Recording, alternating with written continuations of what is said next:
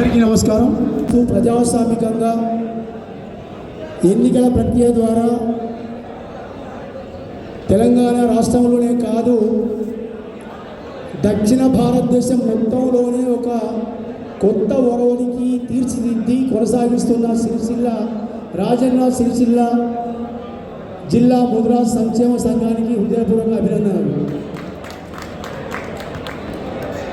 ఎంత ఉత్సాహంగా అయితే ఎంత ఆదర్శంగా అయితే మనం సంఘాన్ని ప్రజాస్వామికంగా ఏర్పాటు చేసుకున్నామో అంతే ప్రజాస్వామికంగా ఈ సంఘాన్ని నడిపించే బాధ్యత కూడా రాము గారి నాయకత్వంలో ఉన్నటువంటి నరేష్ గారి నాయకత్వంలో ఉన్నటువంటి కొత్త పాలకవర్గం మీద ఉన్నది అనే విషయాన్ని ప్రతి క్షణం గుర్తుంచుకోవాలని కోరుతా ఉన్నాను.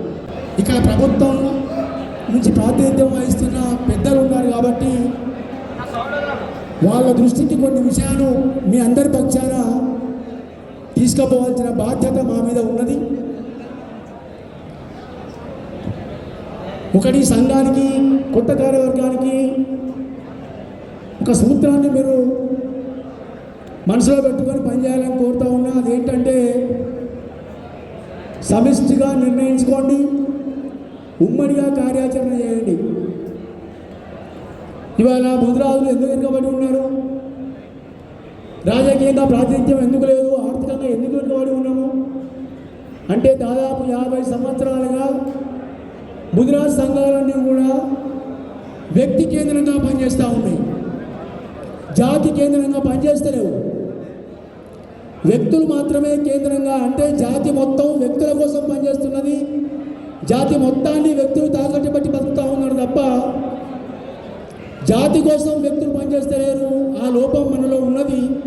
ఆ లోపాన్ని సవరించే దిశలోనే ఇవాళ దేశంలోనే ఒక అత్యున్నతమైన స్థాయిలో రాజన్న సిరిసిల్ల జిల్లా ఇవాళ ఒక అడుగు ముందుకేసి ప్రజాస్వామికంగా వ్యవహరించడానికి ముందుకొచ్చింది.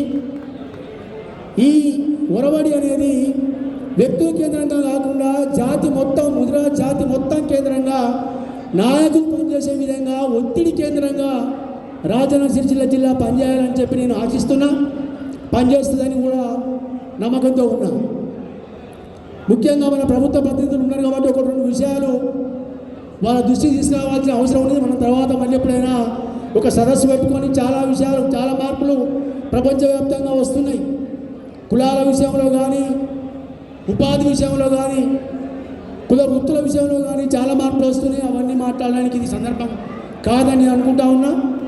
ఎందుకంటే అతిథులు ఉన్నారు కాబట్టి వాళ్ళ ముందు మన ఇంటర్నల్ విషయాలు మాట్లాడుకోవడం సబబుగా ఉండదు. కాబట్టి ఆ విషయాలు పక్కకు పెట్టి మళ్ళీ ఎప్పుడైనా ఒక అవకాశం తీసుకొని మాట్లాడుకుందాం మనలో మనం.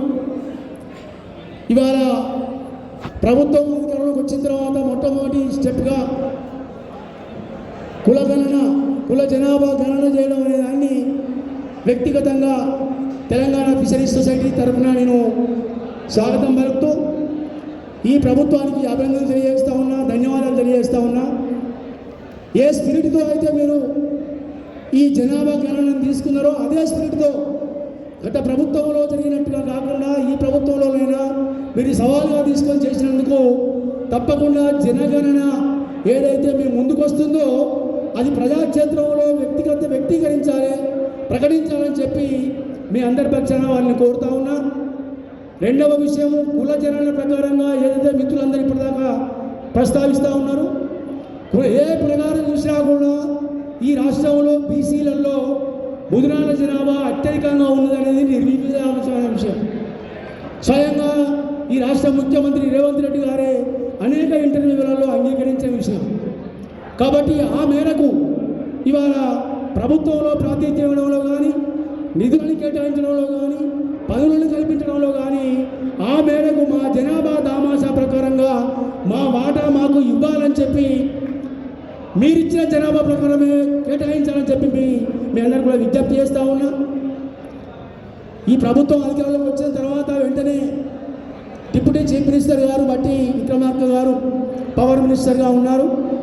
వారు ఒక మీటింగ్ పెట్టి నెల రోజుల్లోనే తెలంగాణలో ఉన్న మొత్తం రిజర్వాయర్లలో including mid Maner, upper Maner, lower Maner, Mallanna Sagar ఇట్లాంటివన్నీ కూడా దాదాపు 110 రిజర్వాయర్లలో చెరువులలో ఫ్లోటింగ్ సోలార్ విద్యుత్ కేంద్రాలు పెడతామని చెప్పి ప్రకటించినారు. అది ముదిరాజులతో సహా గంగపుత్రులు ఈ మత్స్యరంగం మీద ఆధారపడిన కులవృత్తి మీద ఆధారపడినటువంటి ఈ రాష్ట్రంలోని 6 లక్షల మంది మత్స్యకార కుటుంబాలకు ఒక హెచ్చరికగా ఉంటుంది. దయచేసి దాని గురించి పునరాలోచన చేయాలని చెప్పి మీ ద్వారా ప్రభుత్వాన్ని కోరుతా ఉన్నా. ఒక ఫ్లోటింగ్ సోలార్ కనుక మిడ్ మానేర్లో పెడితే దాని మీద ఆధారపడ్డ అనేక వేల మంది కుటుంబాలు, మత్స్యకార కుటుంబాలు రోజుకు 1000-500 సంపాదించుకొని కుటుంబాన్ని గడుపుకుంటున్నటువంటి మా మత్స్యకార సోదరులకు ఉపాధి లేకుండా పోతుంది. ఎందుకు అంటే ఎంఎన్సీస్, మల్టీనేషనల్ కంపెనీస్ ఈ రిజర్వాయర్లోకి వచ్చిన తర్వాత వాళ్ళ పెట్టుబడికి తగిన లాభాల కోసమే పనిచేస్తాయి తప్ప ప్రజల సంక్షేమం గురించి ఆలోచించవు. కాబట్టి మా యొక్క ముదిరాజ్ మత్స్యకార సోదరులందరికీ కూడా ప్రమాదం ఉంటుంది. వాళ్ళ వృత్తిని కొనసాగించడానికి రిజర్వాయర్లలో చేపలు పట్టడానికి ప్రమాదం ఉంటుంది. కాబట్టి ఆ ప్రతిపాదన విరమించుకోవాలని చెప్పి మీ ద్వారా ప్రభుత్వానికి కోరుతా ఉన్నా. దయచేసి మీరు దాన్ని కొంత ప్రభుత్వానికి విన్నవించాల్సిందిగా మీకున్నటువంటి అవకాశాల మేరకు తప్పకుండా దీన్ని చొరవ తీసుకొని మీరు మీ నియోజకవర్గంలో ఉన్నటువంటి సమస్యను కూడా దృష్టిలో పెట్టుకొని ప్రభుత్వంతో విన్నవించాలని, ఆ ప్రతిపాదన రిజర్వాయర్లలో చేసేటువంటి ప్రతిపాదన విరమించుకోవాలని చెప్పి కోరుతా ఉన్నది. గతంలో కూడా కేజ్ కల్చర్ సిస్టాన్ని ఈ మిడ్ మానేర్లో పెట్టుకున్నప్పుడు మేము తప్పకుండా వ్యతిరేకించినాం. గత ప్రభుత్వంలో కూడా మిడ్ మానేర్ కాకుండా లోయర్ మానేర్లో కూడా పెడదాం ప్రయత్నం చేస్తే వ్యతిరేకించినాం. వ్యతిరేకించిన తర్వాత ఇక్కడ సిరిసిల్ల మత్స్యకారులు కూడా సహకరించినారు. దానివల్ల దాన్ని ఉపసంహరించుకున్నారు. అదేవిధంగా మీరు కూడా దయచేసి ఈ ప్రతిపాదనను పునరాలోచించాల్సిందిగా, దీని ప్రత్యామ్నాయం చాలా ఉన్నది, పునరాలోచించవలసిందిగా కోరుతా ఉన్నాం.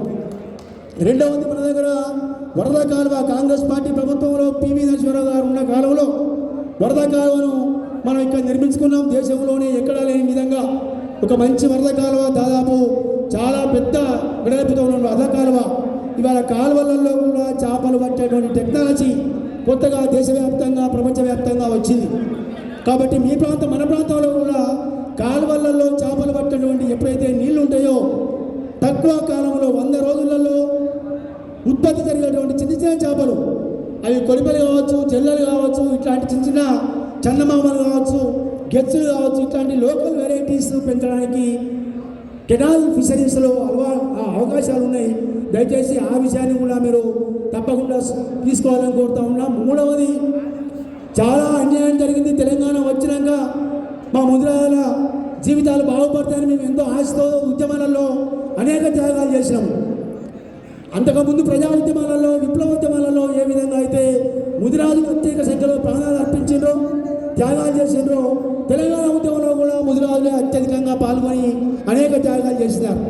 కానీ ఆ ఫలాలు మాత్రం కేవలం ఒక ముదిరాజు మధ్యవంతులు రాజ్యాంగబద్ధంగా రావాల్సినటువంటి రిజర్వేషన్ సౌకర్యము 50-75 సంవత్సరాల సుదీర్ఘ చరిత్రలో ఈ దేశంలో కేవలం ముదిరాజులు మాత్రమే రిజర్వేషన్ సౌకర్యాన్ని అనుభవించడం లేదు, దూరమైనారు.